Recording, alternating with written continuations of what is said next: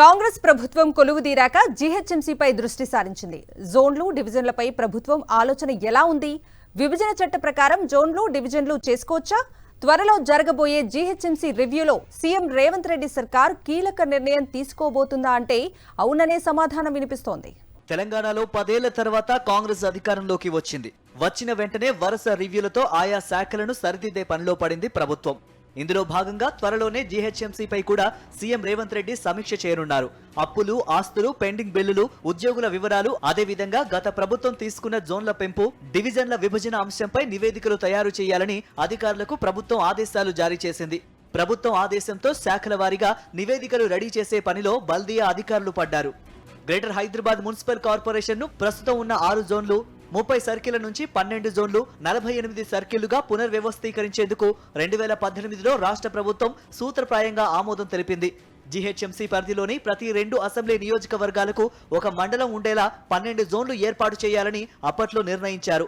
దీనివల్ల ఎన్నికైన ప్రజాప్రతినిధులు జోనల్ బృందంతో సన్నిహితంగా పనిచేసి మెరుగైన సమన్వయంతో అభివృద్ధి ఫలితాలు సాధించగలుగుతారని అప్పట్లో అధికారిక ఉత్తర్వులు జారీ చేసింది అప్పటి ప్రభుత్వం.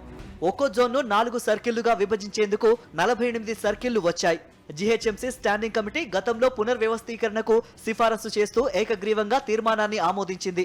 ఆ తర్వాత అప్పటి కమిషనర్ జనార్దన్ రెడ్డి 30 నుంచి 50 వరకు సర్కిళ్లను, 6 నుంచి 10 వరకు జోన్ల పునర్వ్యవస్థీకరణకు ఆమోదం కోరుతూ రాష్ట్ర ప్రభుత్వానికి లేఖ రాశారు. జీహెచ్ఎంసీ చివరి పునర్వ్యవస్థీకరణ 2013లో జరిగింది. సజావుగా పనిచేయడానికి సర్కిళ్ల సంఖ్యను 18 నుంచి 30కి పెంచారు.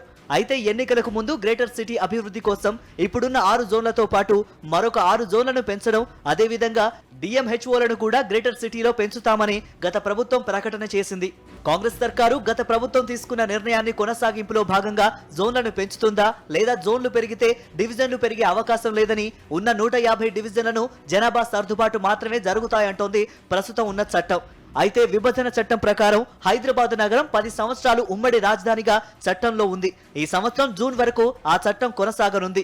జోన్ల విభజన అయిన డివిజన్లో జనాభా సర్దుబాటు అయినా ఈ సంవత్సరం జూన్ తర్వాతనే చేసుకోవాల్సి ఉంటుందని అధికారులు చెబుతున్నారు.